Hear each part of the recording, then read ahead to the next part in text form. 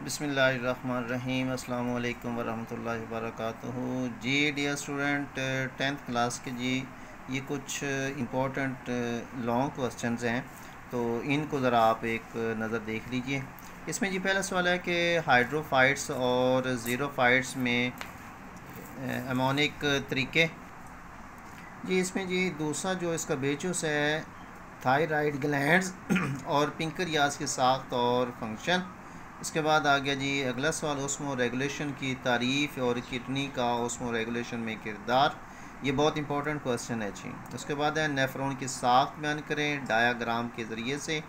और न्यूरॉन क्या है, इसकी 3 इकसाम के नाम। ये न्यूरॉन वाला जो है ना, ये साइवल बोर्ड और मुल्तान बोर्ड के लिए बहुत इंपॉर्टेंट है। और उसके बाद है ये हेमोडायलिसिस पर एक नोट लिखना है। न्यूरॉन या नर्व सेल क्या है, इसके साथ इसको भी आप लोग ज़रा खुसूसी तौर पर देख लीजिए। और इस सवाल को तो आपने लाजमी देखना है कि कोऑर्डिनेटर क्या है। नर्व्स और केमिकल कोऑर्डिनेशन में शामिल कोऑर्डिनेटर के नाम जी, ठीक है। इसके बाद देखिए जी पार्ट 2 इसके अंदर है। इसमें है जी हड्डी से क्या मुराद है, इसके साथ बयान करें।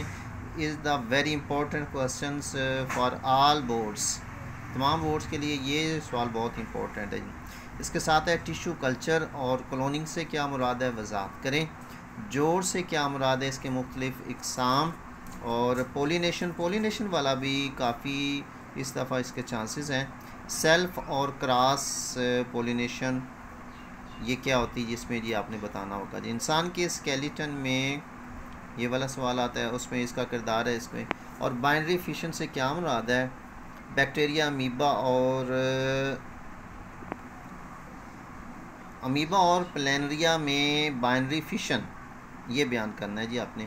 उसके बाद है जी ये वाला सवाल आप ऐसा समझे कि आपके बोर्ड से मुल्तान बोर्ड के ज़्यादा चांसेस है, सही वाल के कुछ हद तक हैं जी। वेजिटेटिव प्रोगेशन से क्या मुराद है, और कुदरती वेजिटेटिव प्रोगेशन के मुख्तलिफ तरीके। ये सवाल भी काफ़ी इंपॉर्टेंट है। 3 सवालात को भी आप लोग ज़रा अच्छी तरह से 10th क्लास वाले देख लीजिए। तो इंशाल्लाह मिलते हैं फिर अगली वीडियो में, तब तक के लिए अपना ख्याल रखिए। अल्लाह हाफिज़।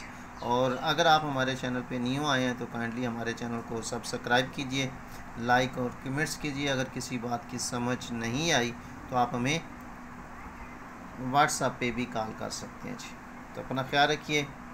तो आप लोगों के लिए हम दुआ गो हैं कि अल्लाह ताला आपको इस इम्तिहान में भी और ज़िंदगी के बाकी इम्तिहानात में भी कामयाबियाँ और कामरानियाँ अता फ़रमाए। तो मिलते हैं अगली वीडियो में।